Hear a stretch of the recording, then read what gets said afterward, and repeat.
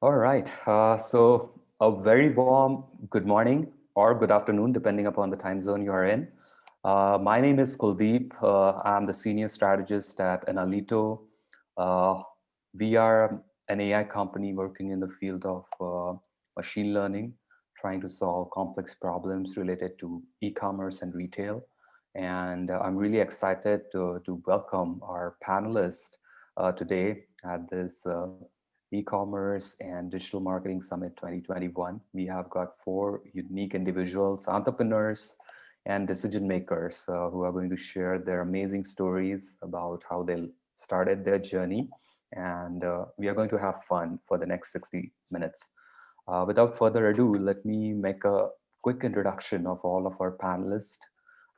First, we have Roy Kirchner. Roy is the CEO of Ultimate 3D Printing Store, and Roy has built this venture by taking a risk when he saw a potential for 3D printing technology and manufacturing and how it can transform the world and the amount of potential revenue opportunities.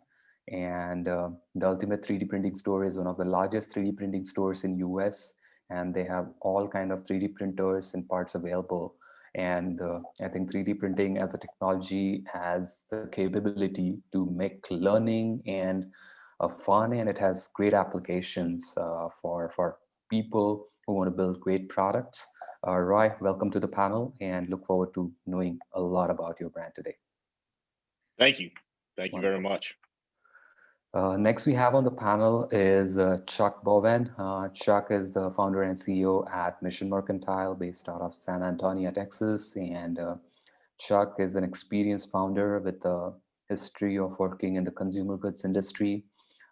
He has experience in business planning, management, strategic leadership, and he has a strong connection with the community and social uh, services. And he has an engineering degree from Georgia Institute of Technology. His brand Mission Mercantile uh, is purveyors of timeless, high quality, durable leather goods, and they seek to honor the past and provide hope for the future. In a world of disposable and poorly constructed products, they want to sell everything that is remarkable. Chuck, welcome to the panel. Thank you so much for joining today. Thanks, Kuldeep. I'm looking forward to it. Wonderful. Next, we have on the panel is Greg Moore. Greg is the COO at Charlie Hustle, and Greg graduated from University of Missouri with a degree in broadcast journalism, and he received his MBA from San Diego State University. His brand, Charlie Hustle, is a creative vintage t-shirt company founded on respect for old school and love for that perfect vintage tee. And they are running this brand to preserve history and make this more popular across the world. Greg, welcome to the panel. We look forward to knowing more about what you want to do. Appreciate it. Glad to be here. Wonderful. Next we have on the panel is Dean Wegner. Dean is the founder and CEO at Authentically American, and Dean is a military veteran, and he has an engineering degree from United States Military Academy at West Point, as well as a finance degree from California State University. And Dean has built this amazing, iconic American brand where he believes in making all things American. And they partner with all types of businesses, colleges and high school, charities and nonprofits, sport leagues, to provide high quality co-branded made in USA apparel and merchandise that is competitively priced. And they have been doing amazing work by donating 10% of their gross profits to veteran and first responder focused charities. Dean, welcome to the panel. Thank you so much for joining in. Well, Kuldeep, it's so great to be back. I'm always honored to be a guest. Thank you. Wonderful. I must say, the brands that you guys have built are in different verticals, and I think there's a story behind it. We would like to know that story, maybe briefly, but that's what would be the best thing that you guys can share, and we can begin with. Let me go to Chuck to begin with. Wow, the story. Keep it brief. Well, in a nutshell, we design at Mission Mercantile, we design and handcraft, and we sell what we think is important, remarkable, vintage inspired, high quality leather goods. And we build them for life. We call it Mission Built for Life. And we support them by what we call mythical customer care. And along the way, we also make for about 20 other well-known leather good brands that most of you guys are aware of. So the path to get there was kind of various for me. I'm on like my third or fourth career, I think. Engineering, worked for Procter & Gamble for 10 years, left there. And then I worked in workers' compensation insurance for about 3.5, 4 years, running operations, learned a lot from that. And then moved into high tech for about 6.5 years whenever the whole deregulation telecom boom happened. So I worked East Coast, West Coast, Silicon Valley, DC, all over the place, and then landed in San Antonio, and then made a key decision in my life to pivot again because I had a 2.5-year-old daughter and my wife, and I thought, you know what, just can't keep moving around all the time. That's not really helping in my family. So I decided to leave there and started up a coaching practice, business coaching practice, personal and financial coaching practice. And that's how I got into the leather goods industry. A very good friend of mine and asked me to help him with this company, and I did, and ended up running that company for years, and we grew it substantially online.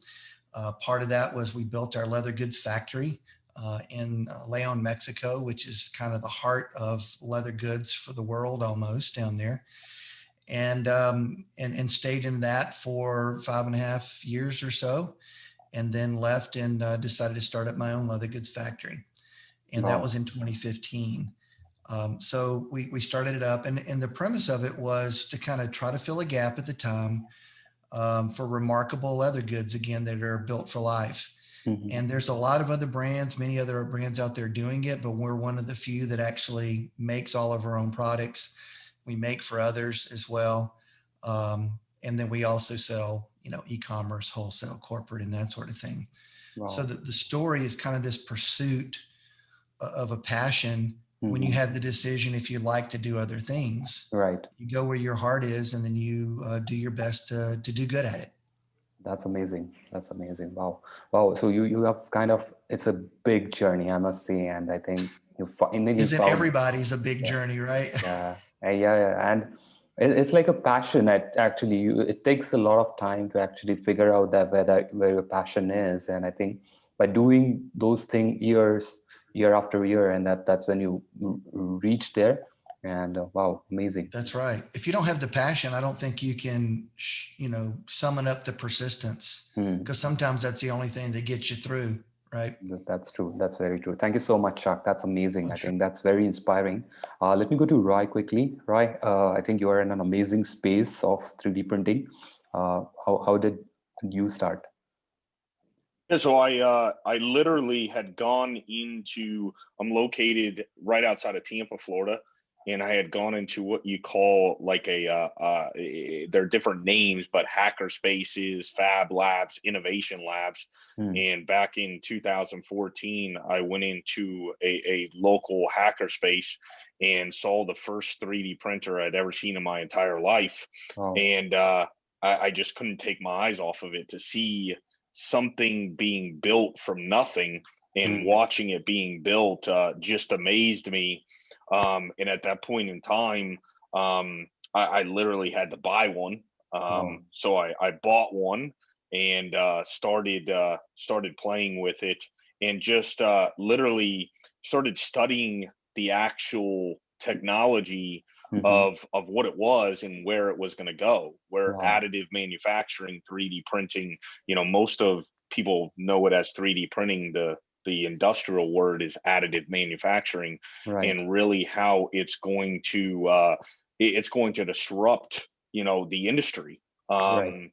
And it's already disrupting the industry. But so I had basically saw it and kind of at this point in time, I owned a larger marketing and advertising agency where we worked with automotive car dealerships, and I was looking to go into a different vertical, kind of diversify. And I was just very intrigued by 3D printing. So I purchased quite a few 3D printers from a company out of China, Mhm. and literally decided that I was going to open up an e-commerce store. But at this point in time, dealing with a brand new product, it didn't have any professional pictures. It didn't have professional descriptions. Yeah. I mean, it didn't have anything. So I literally built it from the ground up, Mhm. and took my time doing that. Took the actual printers apart, took Right. pictures of the parts. I mean, everything. And long story short, brought it over from China. Brought a larger amount over by air cargo, Mhm. and took all the furniture out of my house and put Wow. it all in the garage. My wife let me, and I opened the store in 2015. And what was remarkable is I ended up, one of the first sales I ever did was to a gentleman in Australia. Mhm. He bought a printer from me, and I drop shipped it from China to Australia, and he went on a site called Reddit and Mhm. told people I was a safe place to buy. Wow. And the first month in business, I literally did $44,000 in sales, and Wow. most of them were out of Australia. Mm. So it's amazing that you're sitting in Tampa, Florida, and do that. So what we've done now is I've assembled a team here in my organization that understands subtractive manufacturing and understands additive manufacturing. You need Mhm. to understand both thoroughly so Yeah. that you can explain the benefits and how much time and money this technology can save you. There's Right. no school for this, so Mhm. we've become the SMEs, the subject matter experts on it. So Mhm. it's literally, we go a lot farther than a Shopify e-commerce store where you can just go on and see the product that we have. You can actually call us, and we can walk you through Mhm. pretty much the entire what you're trying to do, and figure out the exact right fit of machine for you. So Oh. it's figuring out for your, what your vertical is, what is going to meet your expectations. And then Mhm. our biggest thing is not meeting your expectations, it's exceeding them, taking Oh. care of you before, during, and after the sale. Seeing as this technology is just really evolving in the United States, I mean, you're creating relationships that will last for decades to come. So Wow. it's really being, like you said, the experts in the industry. There's no school for this, so everybody here is literally self-taught, Mhm. and in doing Wow. business the right way. We're family owned and operated. I've been in business since 2015. Wow, that's amazing. I think that you mentioned that one thing that resonated with me, getting that validation from your customer is the excellent thing, and building that trust, sitting like miles apart, and then kind of building on top of it. That's excellent. I think this is the amazing learning that one can have while launching a business. That you need to have that purpose, that you want to solve your customer's problem, and I think then running that marathon. Excellent point, Roy, you shared there. Let me quickly go to Greg also. Greg, how about you? How did you start? Yeah, so about 10 years ago, our CEO started Charlie Hustle. We're primarily an apparel company that does a lot with printed T-shirts. Mm-hmm. What he really wanted to start a T-shirt company because he saw kind of an absence, I guess, in the market for really cool college T-shirts. Mm-hmm. At the time, they were just very stale. They, after 3 washes, you were done. So really, kind of putting a premium back on not only the garment but the cool, unique designs that harken back to the the 80s, the 90s.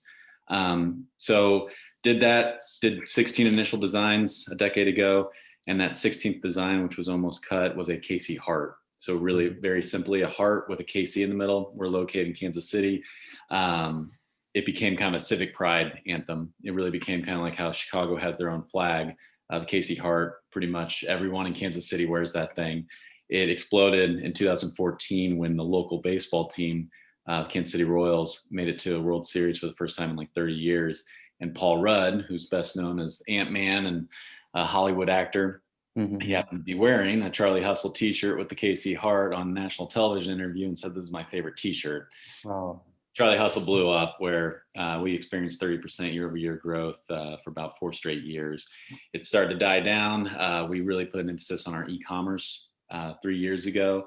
And throughout the whole way, we didn't lose sight of the college licensing market. We have over 50 licenses. We focused on a 9-state strategy, but really that civic pride and then giving back to the community. And our purpose has always remained evoke happiness. And that's true of whoever we're serving, our customer, our internal employees, our vendors, our wholesalers. And it's paid off along the way where, we do a lot of give back to local 501c3 charities. And because of that, we fostered this and cultivated this sense of community where people know us to really be prideful of the city you're from, the college that you went to, the team that you support, and then the giving back to the charities that mean a lot and are doing really good things in the world.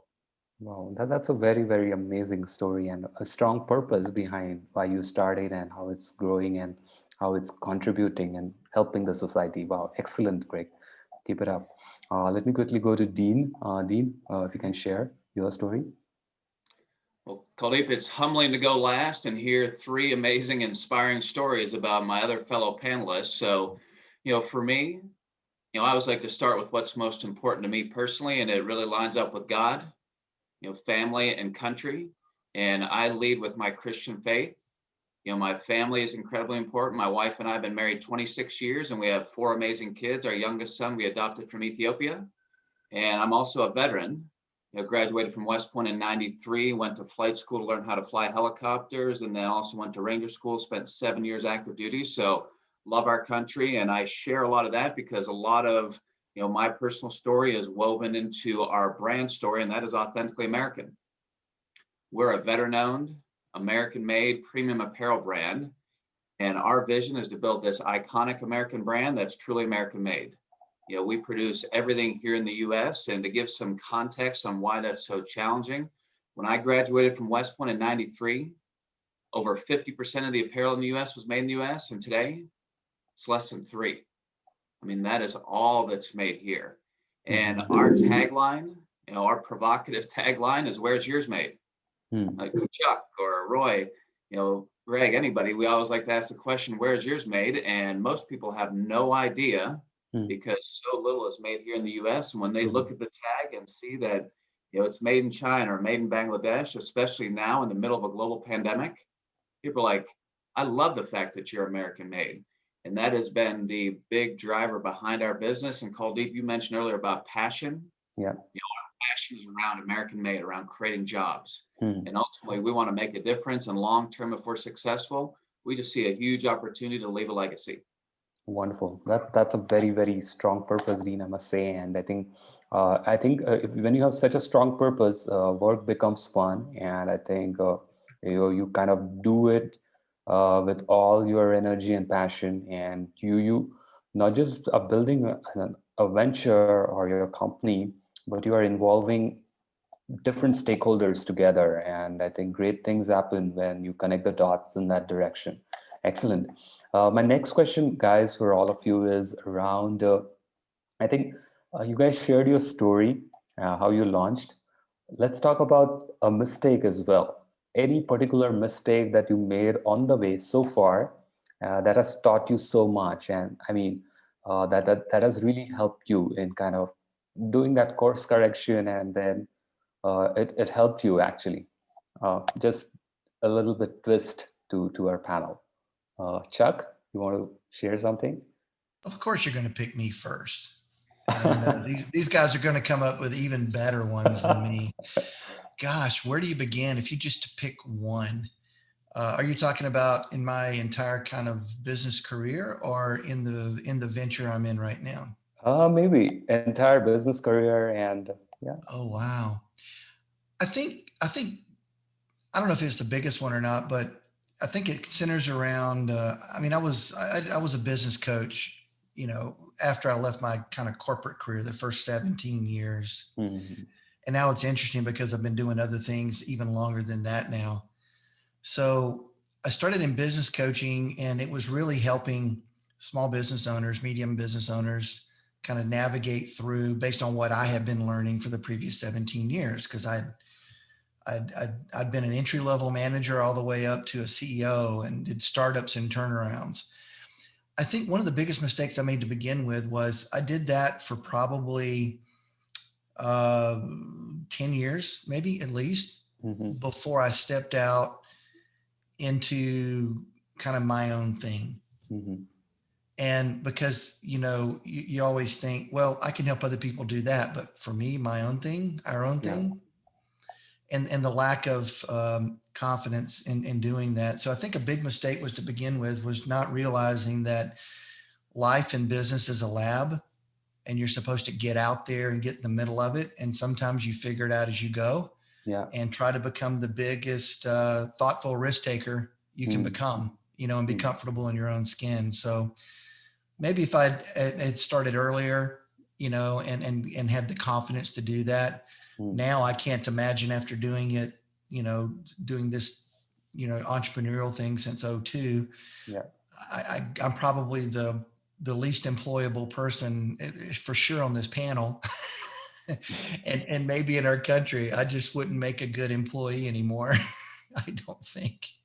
So start early. That's the learning. Start early, learn as much as you can, and always learn from everyone else, and keep your ego low, and always seek to understand. Help me understand what you're doing and what's working, and learn.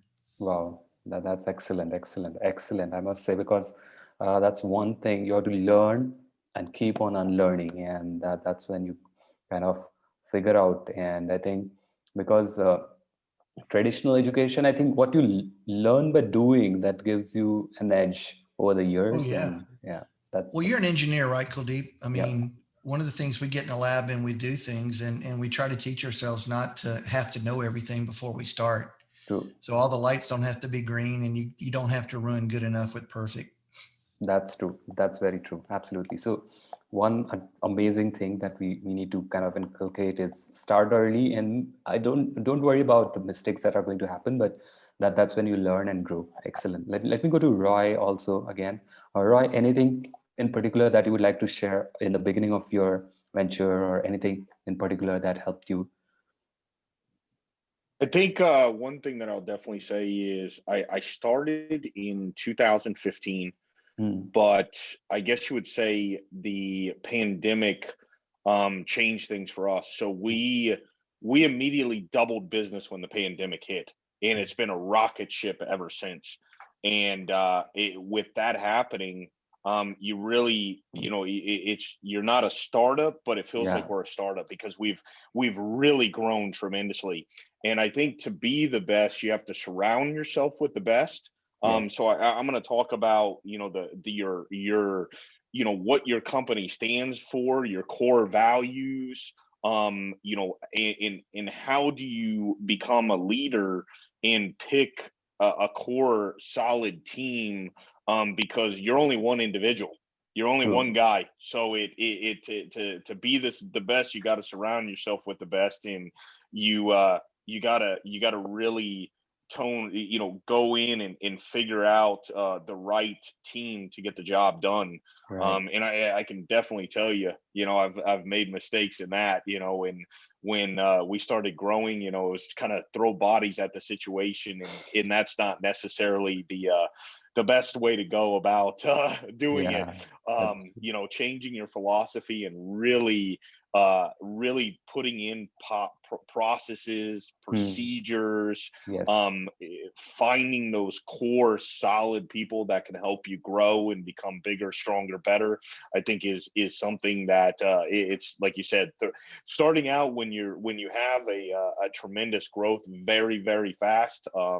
Like you said, it's a lesson that I learned, but it would have been a lot better to learn it, or not to have to do that at the very beginning. Like I said, kind of throwing bodies at it, really stepping back. And it's so interesting because, like you said, if you can step back and look on the outside of your company, not the inside, and really see it from a different perspective, it allows you the ability to to figure out how to function a lot better. Wonderful, wonderful. Yeah, I mean, absolutely, and that's when you figure out, because I think earlier when you start and when challenges come your way, you have to take a pause and figure out what needs to be done. And I think these processes and procedures which are not there, you kind of then add it to your business, and that's when amazing things happen. Excellent point that And you I think shared there. the only thing I think I would add is, no matter what is going on inside the organization, the infrastructure growing, you never ever let the customer never sees it. So Correct. it's, again, meeting and exceeding the expectations of your customer, no matter what, taking care of them before, during, and after the sale. Like I said, you could have, we could have internal infrastructure problems, personnel problems, inventory problems, but as far as the customer sees, they don't see any of that. Excellent, amazing, amazing. That's great. So I think that mistake that allows you to improve that, I think, and it allows you to add those processes to make it fun. And I think ultimately, because we are in the business of serving the end customer, so ultimately when they are happy, everything falls in place. I mean, that's amazing. Let me go to Dean. Dean, anything in particular that you would like to share? I mean, any little mistake or anything that you have learned a lot from your own experience? Well, Kuldeep, I feel limited only being able to share one mistake because, Go I mean, ahead. there's a long list of them, but I think one of them that would be an overall theme is around being overly optimistic. Uh, And I've shared this visual with you before because 4 years ago, I mean, this was our business plan. We started from a blank sheet of paper. mhm, And, we spent a lot of time putting together our business plan, the pro forma financial forecast. And I talked with a lot of entrepreneurs, and they said, Dean, if you think it's going to take 6 months to do something, double it and plan for a year. oh, If you think you're going to need $100,000, plan for 200,000. And if you really want to be safe, yeah. triple it. And I didn't Excellent. listen. I was overly optimistic. There's some people that the glass is half full. Some people, the glass is half empty. And for me, even when the glass is empty, it's always overflowing. And there was at one point on this journey, Kuldeep, it's by the grace of God that we're here, because we had $9, Hmm, literally $9 left in our checking account. That was it. mhm, And the reason that happened is not only did we strive to be the best, we planned for the best case scenario. And of course, it didn't mhm, happen. I mean, mhm, it never happens. yeah. I mean, I'm sure we can all talk about stories where we planned for what was going to be the best case scenario and it didn't fall short. And that is something I've had to lean on my team to make sure that we always strive to be the best. We strive for the best case scenario, but always plan for the worst. So I'm thankful to go ahead and have lived through that. And it was scary only having $9 in your checking account when payroll is coming up the next Friday, but I'm thankful to be here right now. Wow, wow. That's so always prepare for the worst case scenarios. I mean, that's a learning, and I think every business out there, and there are always these uncertainties that are beyond our control. But I think if you plan for the worst, yeah, I think that's something every business need to be ready for, and then we can sail through that storm very easily. Excellent thought there, Dean. I think that's a very amazing insight that you shared there. Let me go to Greg also. Greg, anything in particular you would like to touch upon? Yeah, I'll go back to what Roy was talking about. We grew really fast, and a lot of it was because we were quote unquote cool. And so people gravitated toward us and our culture. Mm-hmm. Like, we had no control of it. It just became something, and the culture was really, oh, cool to be there. And Charlie Hustle is this really neat company. And so even our employees, the people that we hired, that those first few phases, they weren't really workers, or they weren't experienced in anything that was valuable. It was more they wore cool clothes, or they knew so and so. And because of that, like, I mean, we had employees that were showing up working 10 a.m. to 2 p.m. So the culture was very cool, but the actual work wasn't getting done. There was no processes being put in place. There was no value being, brought to the table. So kind of like, again, what Roy was saying, from the outside, everything looked, oh, amazing. But internally, we were horrible. And a lot of that is because we let the culture kind of just be dictated by something else outside of our organization. Once we took that back inside and we actually established core values and what our mission statement was, and actually started to put process in place, hiring the right people that meant those core values and could bring value, we start to put the proper infrastructure in place. So where now our culture is still that very fun, evoke happiness, but it's not just running rampant and outside of our control. That's amazing. That's amazing. As you said it rightly, I think when you are like, I think when opportunities, I think pandemic has presented itself with challenges, but it came with itself like opportunities. I mean, and I think companies have seen phenomenal growth because of the digital adoption that has happened. And I think processes definitely is the foundation, you can say, that needs to be added in order to take your business to the next level. Excellent. My next question for you, gentlemen, is around your customers. Okay, for your business, your products and your consumers, two important foundation. So when you launch, you have already taken care of your product and your customers. You've got your early adopters. But what is your vision for the next 5 years? I mean, where do you want to take your brand to? And definitely that vision can be different. It can be, it can be, let's say, maybe becoming a $1 million company, $5 million, $10 million company, maybe revenue wise, but maybe becoming a household brand or something. It can be different. I want to know your thoughts on it. What is your vision for the next 5 years? Maybe Chuck, you want to take a stab at it first, or maybe Roy would like to start? I'll definitely take a stab at it. Yeah. I'm interesting when you asked that question. I remember, when I was a business coach, I would always caution my folks that you really don't know what's going to happen past today. You can plan. So what's most important and is what you're going to do in the next probably 2 to 3 months. Right. And then what you hope you can accomplish in the next year. And then after that, it's a dream, at that point. And that dream is what kind of compels you and then propels you, I guess you'd say, forward to achieve it. We, like everyone else on the panel here, we've got a big dream. I mean, we started out the business with, and today our dream still is to become the next great iconic American leather goods brand. That's what we want to do. Different than other people, maybe, though, we don't focus on, I'm going to be a $5 million company. We're going to be a $10 million company. Rather, what we do is we focus on what we think is necessary to earn the right to be a $5 million company or a $10 million company. And, the tenets of that are three-legged stool. You said it before, Kuldeep. It's remarkable products. We call it mythical customer care. And the third thing is that you've got to give confidence to consumer. We have a lifetime promise. So we have those three things. So then we go about focusing, in order to make that happen, on what we call our 5 core principles. And, much like Dean, I'm a believer as well. And so our 5 core principles are: we take great care of one another. We take great care of our people, and then our people take great care of the company. Mm-hmm.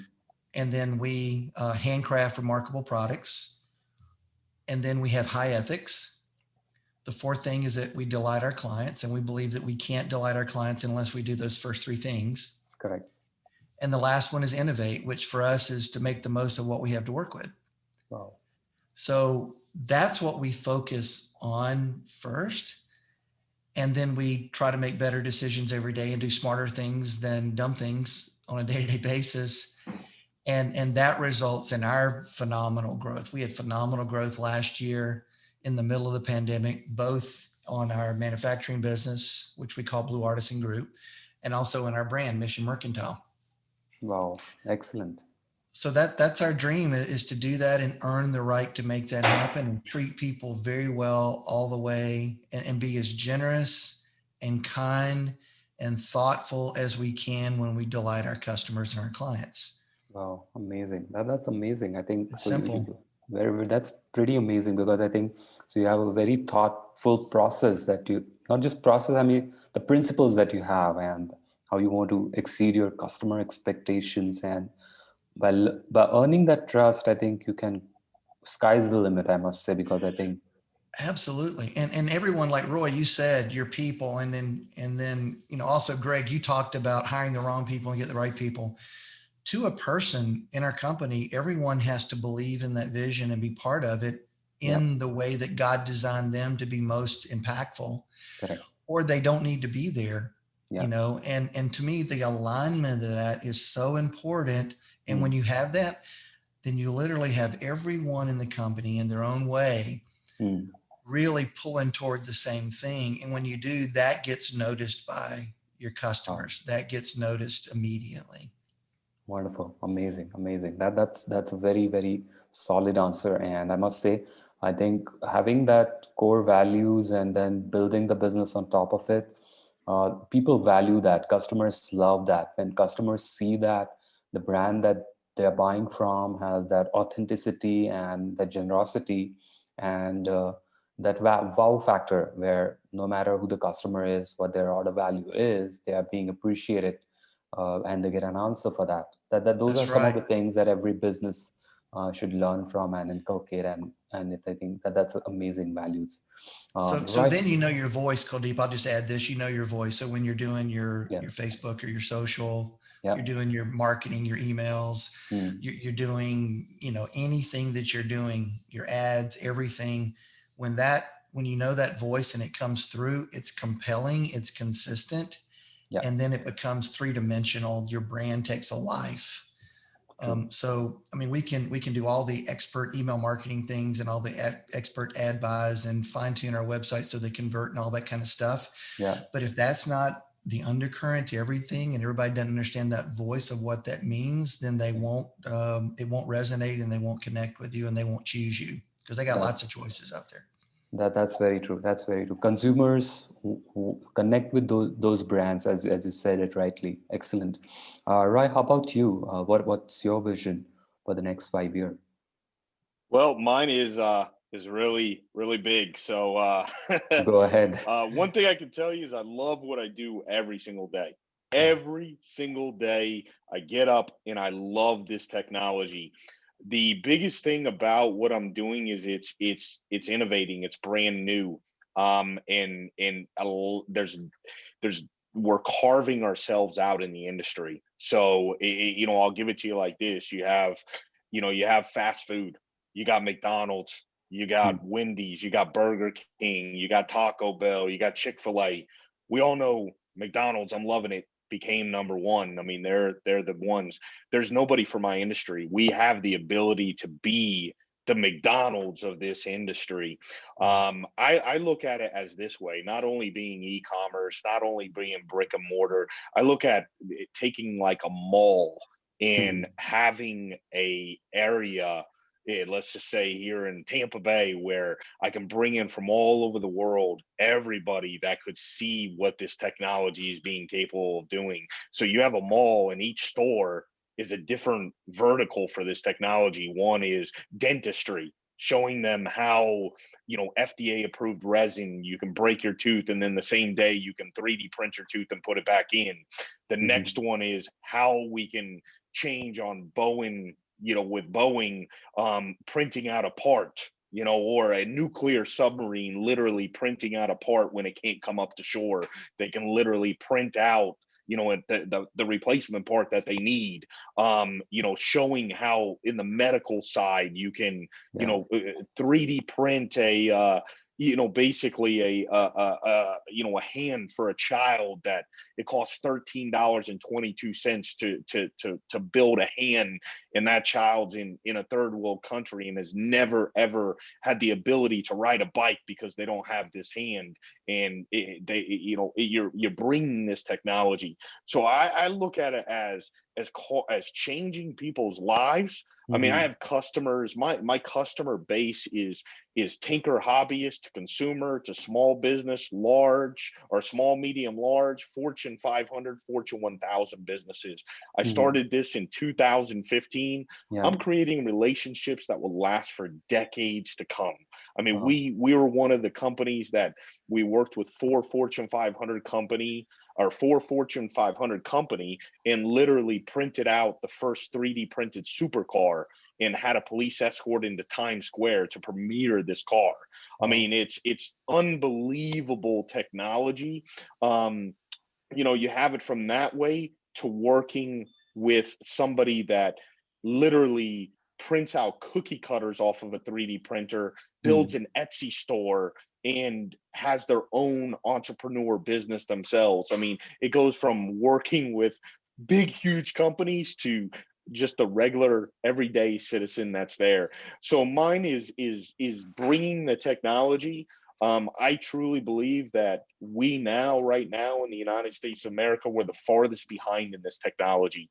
It's being utilized all over the world, and it's finally coming to the forefront here. People are finally understanding how much time, money it can save them. So like I said, I got big, gigantic aspirations. Is literally we can create that part of, we can be the industry for here. So that's my ambition. No, that's amazing. That's a very great ambition. I think that gives you, that helps you find the way, because when you have that grand vision, I think every day you figure out a way how to reach there. And I think that's amazing. I think, and as you mentioned, the application that 3D printing has, not just in solving those problems, I think healthcare and getting that part ready for an automobile or for anything for that matter. That's a grand vision, I must say. And more power to you, man. That's amazing. I think, the one thing that, to get to there, I think it's being a life student.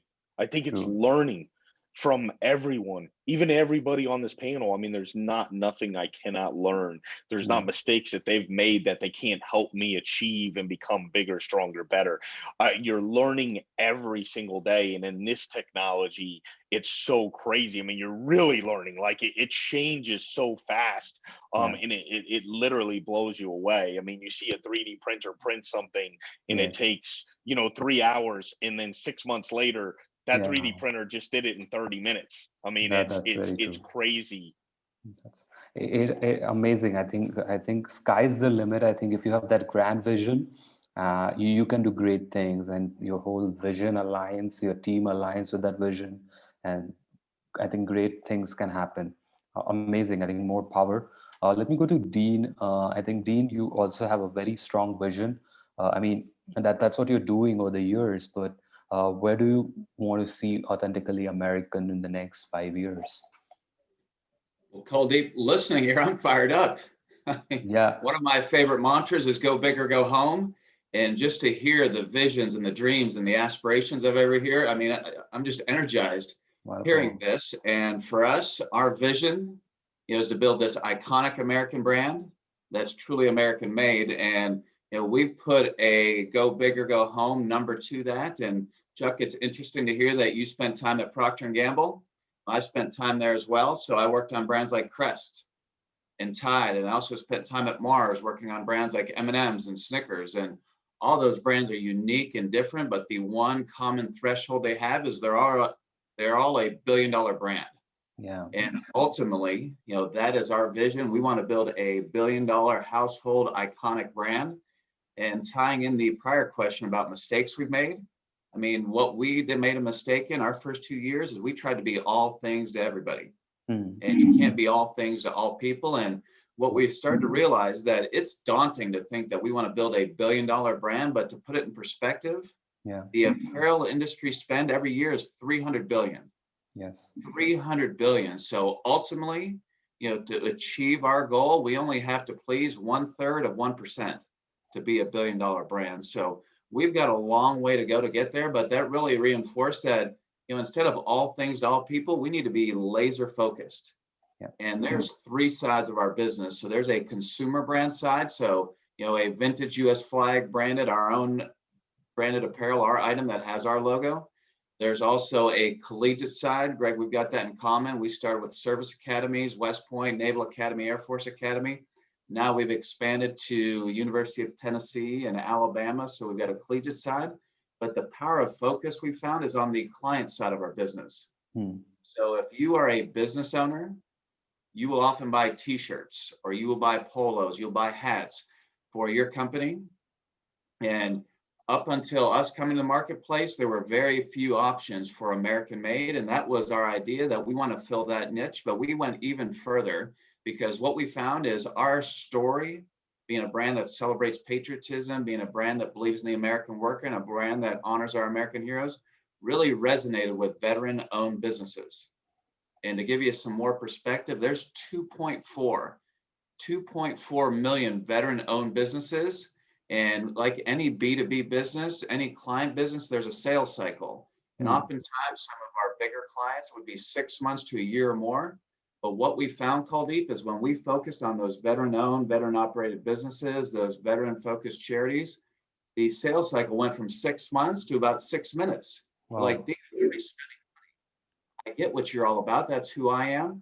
And it was a very quick, sales cycle, and they become a lifetime customer of ours. I know, Roy, you talked about that, and that's ultimately our goal. And I think it's really tied into, okay, big dreams, aspirations, that $1 billion brand, but how are we going to get there is laser focused. Excellent, excellent. That laser focus attitude, and by working constantly on it, and by having that vision, it gives you the kind of ideas and the things needs to be done on a day-to-day basis, and helping you connecting with those different stakeholders. And I think that's the best thing, because when you empower your business, you can do great things. I mean, with the work that you are doing for charities, I think that's tremendous. I think excellent. More power to you. Let me go to Greg also.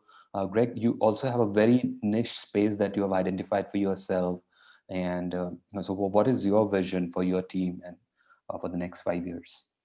Yeah, it's not unlike what my colleagues have just said. Like, it's we want to do big things and we want to give back, and we're going to continue to do that. And so it's really, we've fostered this sense of community, and for the most part, 70% Kansas City.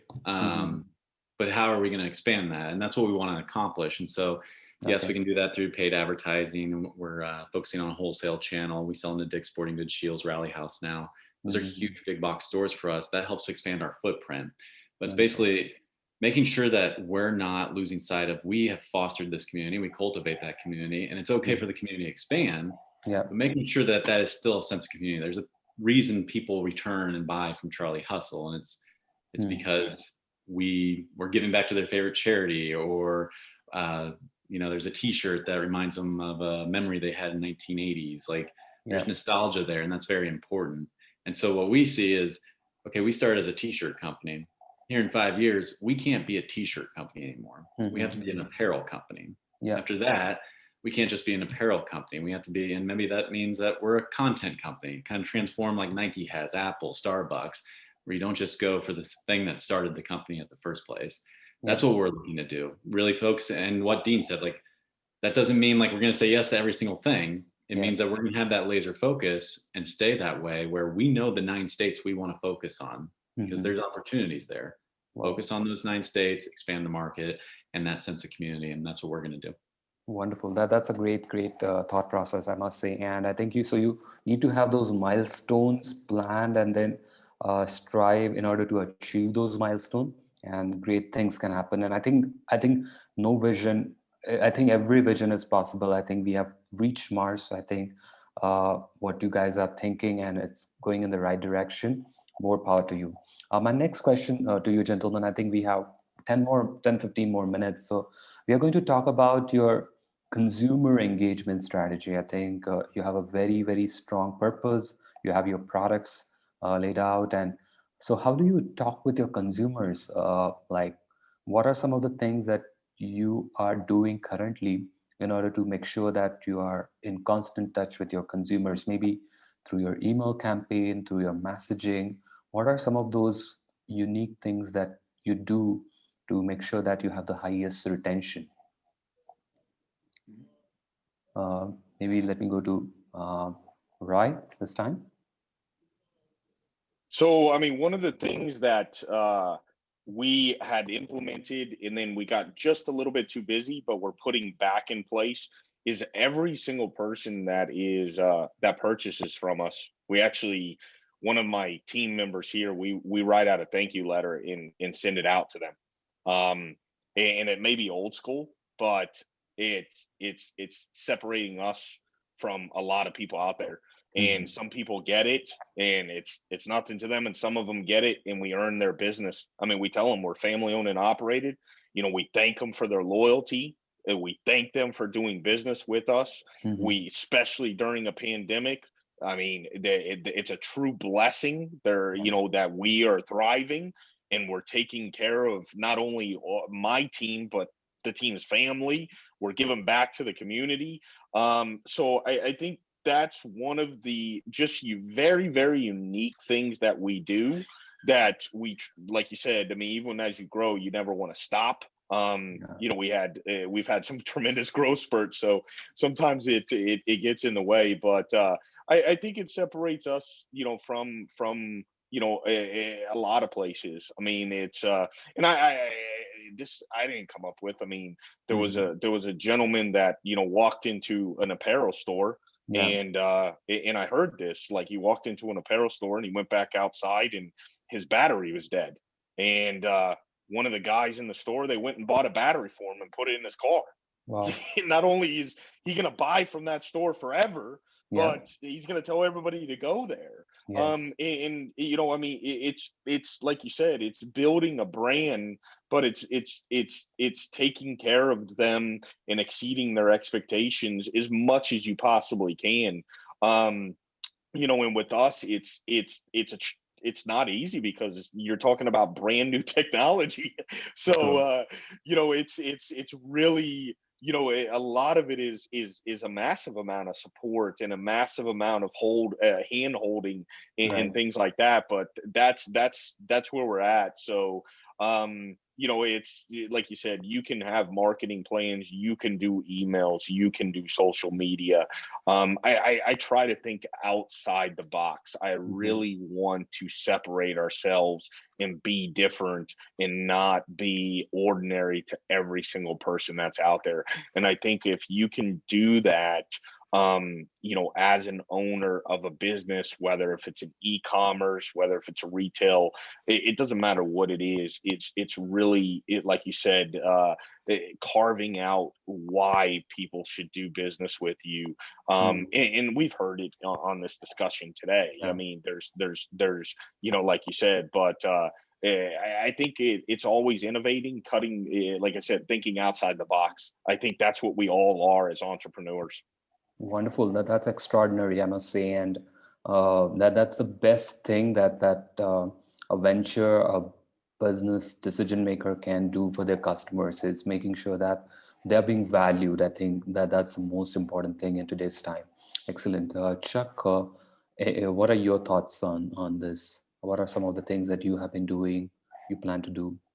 Yes. There's a science to some of this, obviously, right? And that's part of, you know, we're all on Shopify. We use the tools. So part of it is a science for us. So we use Klaviyo with behavior-based email flows, right?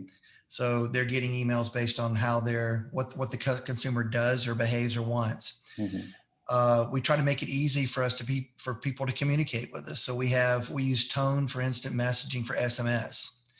So it's easy, and that's taken over in the last 5 or 6 months as the number one way people connect with us is through SMS. And I resisted it for years because I didn't want an AI based, you know, SMS messaging, you know, where it would be a bot interacting back and forth. That so goes against who we are. But we engage with Tone because you know, once they text us, it's a live person that's interfacing with us. So it kind of furthered the brand there. And of course we do ads and all that. And we want our website. In fact, we're making over our website right now in a fairly significant way to help it convert better and those sorts of things. So that's all part of it. But the real thing, I think, comes with what Roy said in the midst of people having challenges and that sort of thing. For example, in the pandemic, what do? So much like them reaching out, we took 200 plus of our best customers and we sent a total of about $10,000 of complimentary product to them. We just picked them out and we sent them things that we knew that they liked. And we had some really kind of funny responses to some of that, because we turned off our notification for shipping alerts and all that. So these packages were just showing up at people's houses. Wow. And we had people calling us and contacting us and saying, I didn't order this, or did you charge me for this? Because they couldn't believe that someone would do something nice for them out of the blue. And man, it really resonated. We had a big Christmas, and that meant we went out of stock on some things people needed, early in January. Wow. So there was one guy who he needed, we sell hunting cases and that sort of thing. He wanted something and we didn't have that one.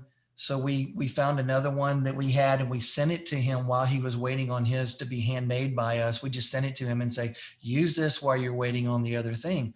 And of course, other than here, we don't tell anybody about that. Yeah. But it really is what you do, not just the science to make it go, the emails and the text and the ads and all that are important, but what you really do that comes from the heart that you don't have to do for someone because they're meaningful to you. Yeah. And that carries far forward, and you're not doing it because they'll tell 10 other people.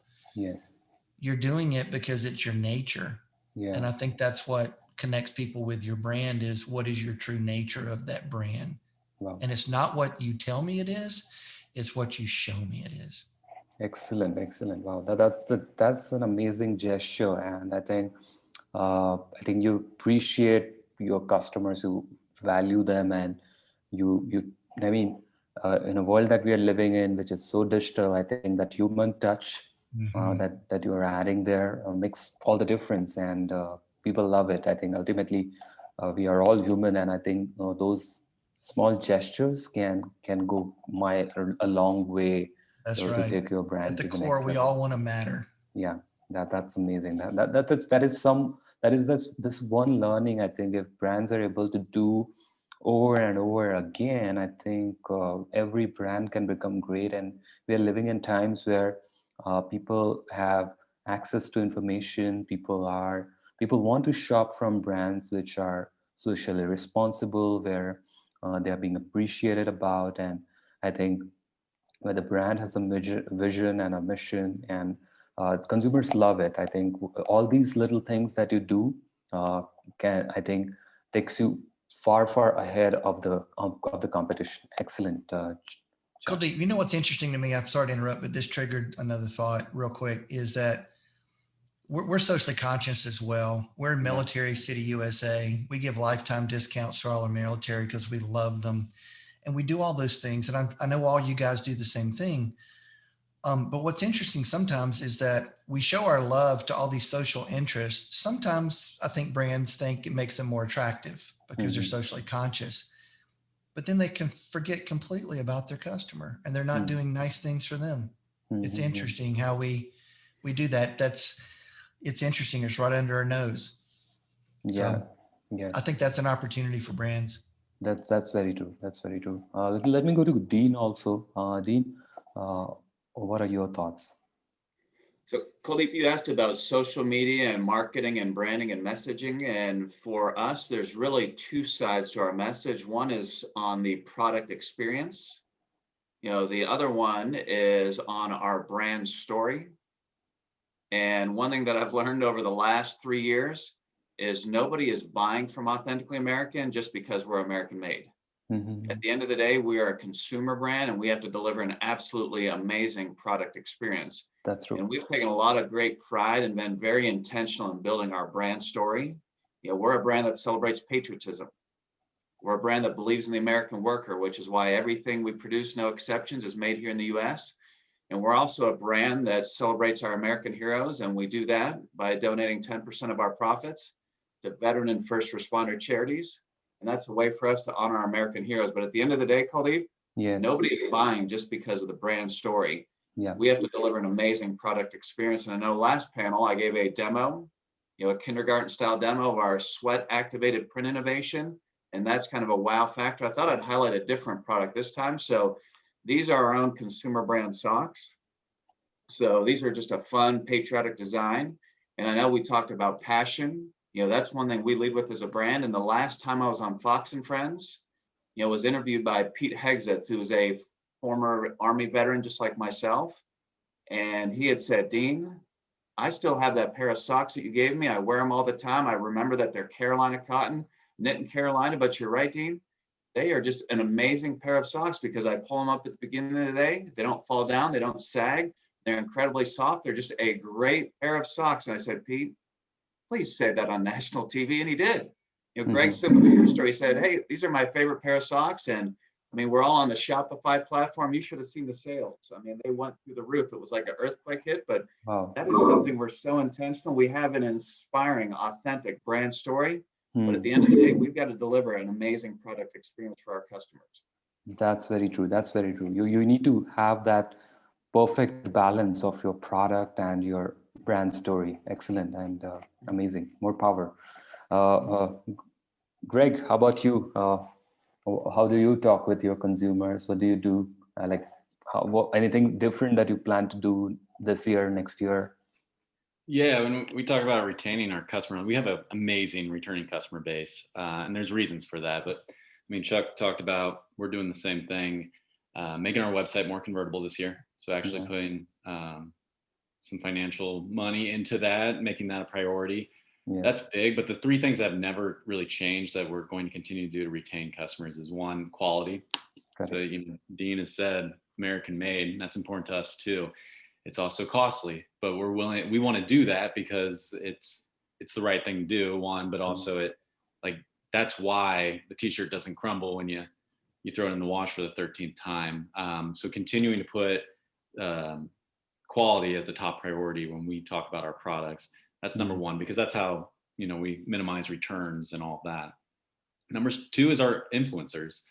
Paul Rudd, I've already named, but we have a collection of people that just want to support us for free. And then we have some celebrities that, they gravitate to us, that they'll promote us if we send them some free stuff. That's really important. But then even like I've talked about community, in the fall, when a lot of small businesses were really struggling and families, we weren't. We pivoted to face masks. We had our hometown Kansas City Chiefs win the Super Bowl. We did very well because of that and put us in a really good position. And so even influencers means like when we give back to community, we decided in the fall to start 1K for KC. And what that did was we provided $1,000 for 3 straight months for families who were struggling. We ended up helping 250 families. Wow. We raised funds as a company. We got other companies involved. That same thing as I think others have told these stories. People see that you're doing good, that you're not just trying to like profit off a t-shirt or apparel. Like we're literally giving back and having other people give back. People started coming to us. It's the same thing. Yeah, Shopify. We saw the analytics where all of a sudden like t-shirts that had been live for 3 years were selling because people saw, Charlie Hustle is actually making a difference in the community. So that's to influencers and giving back, making sure that we don't lose sight of that, that we continue to be people that really, create that community and make it a better place.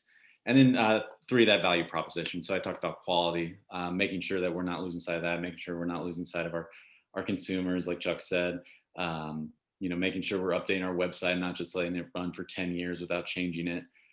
That's all really important. But then, just what are other ways that we're adding value? Is it just a 25% give back to X charity that people care about? Is it, working with an athlete like Bo Jackson, who harkens back to the olden days and people see nostalgia? Is it just the quality? What are other ways that we're adding value to a t-shirt? That's true. That's very true. I must say, because I think everything you guys have mentioned, I think that's the foundation, I think, because everything that we do is for the stakeholders. And it's not just about the internal stakeholders, but the external stakeholders, which is the larger part of the business. And I think because when you delight them, great things happen for you, great things happen for your brand and for your team. And you're not just running it as a business for profit, but you are going beyond that. And that's when great things happen. Every big brand that we see out there is kind of putting an impact or making an impact in someone's lives. And I think For example, when Apple did that Think Different campaign, I think they did not talk about their product, but the tools that they built and how it helps the mankind to grow forward, artists, musicians, and everyone. So I think in your own, I think each of your venture is doing that. It's helping the community while building your business. And I think it's excellent to learn from you guys today what you have shared and all the little things that you're doing and how tremendously is going to make an impact. And more power to you. I think your brands, I think they're running a marathon. And I think maybe in the 5 years, 10 years, once you start hitting those milestones, you might think of next big thing. And I think sky's the limit. And if we need to keep on doing it every now and then, use technology as an enabler to grow, to scale, and to reach more of the target audience. And having said that, while we are coming to an end, I think I would love to get your very brief, like what is that one small piece of advice that you would like to share with the audience or someone who looks at this video that they can implement in their day-to-day lives or maybe in their business, something that has helped you as while running the venture. Chuck, one small piece of advice. It's a Alignment. difficult question. It's a very difficult question. When you boil it down to one, because there's so many things, but if you boil it down, for me anyway, it's alignment. I think it's alignment when your customers and how to delight them, how to make them feel that they matter. Wonderful. And then I think it's alignment internally. You have to make sure your entire team is aligned with what you're doing. Yeah. And you need to listen to them when they're not, so you can fix things. And you give them an opportunity to all join together and pulling together and doing the same thing. I think that's far more critical than how strategic you are, how much of a mover and a shaker you are, how much of a first mover you are, any of those things, any of those buzzwords. It's alignment of a team, because I see the power of that when that happens. Wonderful. Excellent advice. Alignment. Great. Roy, one small piece of advice. I think it's kind of like Chuck. I would say the kind of the same thing, but I guess you would say infrastructure. Definitely having the correct infrastructure, which means people, alignment, and then collaboration. I think we all earn for collaboration. I mean, collaboration within your organization, collaboration without.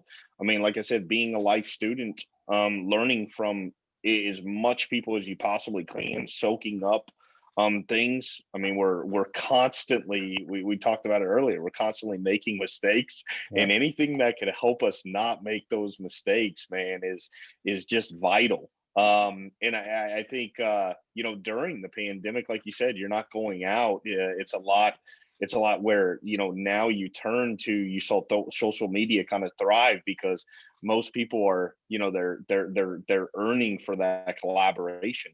So I really see it's that way. I mean, I earn to learn from everyone. I mean, that's amazing, and always having like that open ear, especially with the people that work for you. Wonderful. Collaboration and infrastructure. That's a great advice. Dean, one piece of advice from your end. So the number one piece I always give without hesitation, and it was reinforced just listening to everyone here, is pursue your passion.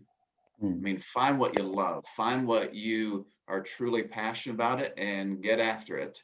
Yeah. And I found it just makes an entire world of difference when you are truly pursuing what you love. And I'll give you an example. I shared that we 4 years ago started with a blank sheet of paper. In one respect, I'm exhausted because it's literally been brick by brick, just building the foundation of our business. And Chuck, it wasn't the P&G, it wasn't the machine that already existed. I mean, we had to build all of that. But when you start with a blank sheet of paper, you can be so intentional about who you are and what you stand for. Greg, you talked about values and giving back to the community. So I think that makes all the difference in the world when you truly love what you do. Yeah. And it can be in an entrepreneurial context like many of us are, or even in an existing, well-established business. You can be more of that entrepreneur and just find that opportunity to make a difference, because then it doesn't feel like you're punching a clock. It doesn't feel like you're working. I mean, it's something that you are pursuing, your passion, something that you love. Absolutely. That's terrific. Terrific advice. Pursuing passion. Excellent. Greg, one I'm piece gonna of follow advice? same themes as everyone else. It's strategy and listening. Strategy one at the very top. If you have a strategy in place and you're communicating that to everyone else in the company and even externally outside the company, it gives you the guardrails to make sure you don't color outside the lines and deviate away from what you want to accomplish. Now, on the other side, listening, like we all have egos, right? And there's certain ways that we think are going to work. Yeah. But there's your colleagues, your employees are doing things behind the scenes. They're in the weeds. Like they're gonna probably see things that you don't. So making sure that whether it's one-on-one meetings once a month or all staff meetings where everyone knows to be candid, like you listen to the employees, like you're going to find out a lot of things and probably uncover the stones that the real big problems or the real big successes that you can exploit or amplify even more. Wow, that's excellent advice. Amazing.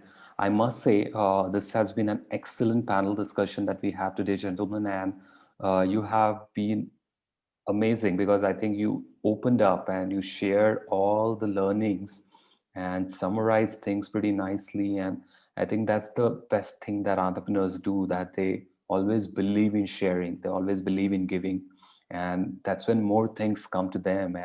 And you not just think for your venture, but you are thinking, you have a larger vision for and going forward. I think more power to you.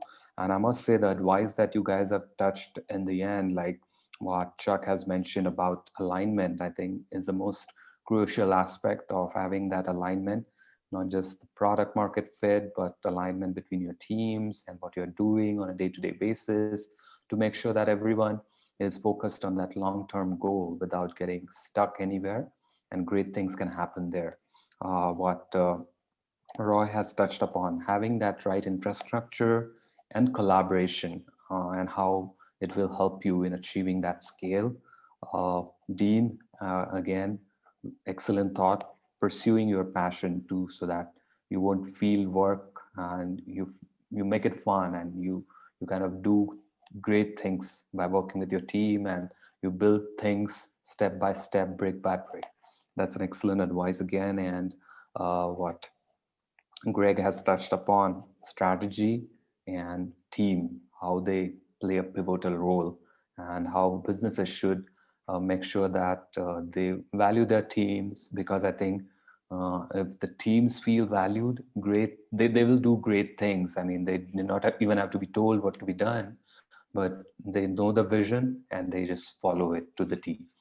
Having with this, we come to an end of this panel. Thank you so much, gentlemen, for joining in today and taking our time. We would love to host you again in our future panels, maybe on some other topic related to digital, maybe retention. But I must say, this is the best panel discussion I had so far in the last 4 days. And I'll be in touch, and let's connect once again. I'll be connecting you with via email, and we can take the conversation forward. Have a great day and have a great week ahead, and more power for each of your venture. Thank you so much, gentlemen. Thank you. Thanks, guys. A lot of fun. Great meeting you guys. Thanks, guys. Thank you. Nice to meet all of you. Chuck. Thank you, Chuck. Thank you, Roy. Thank you, Dean. Thank you, Greg. Thank you. Bye-bye. My pleasure. Thanks, Kuldeep. Thank you. Take care. Take Thanks, care. guys. Bye. Bye.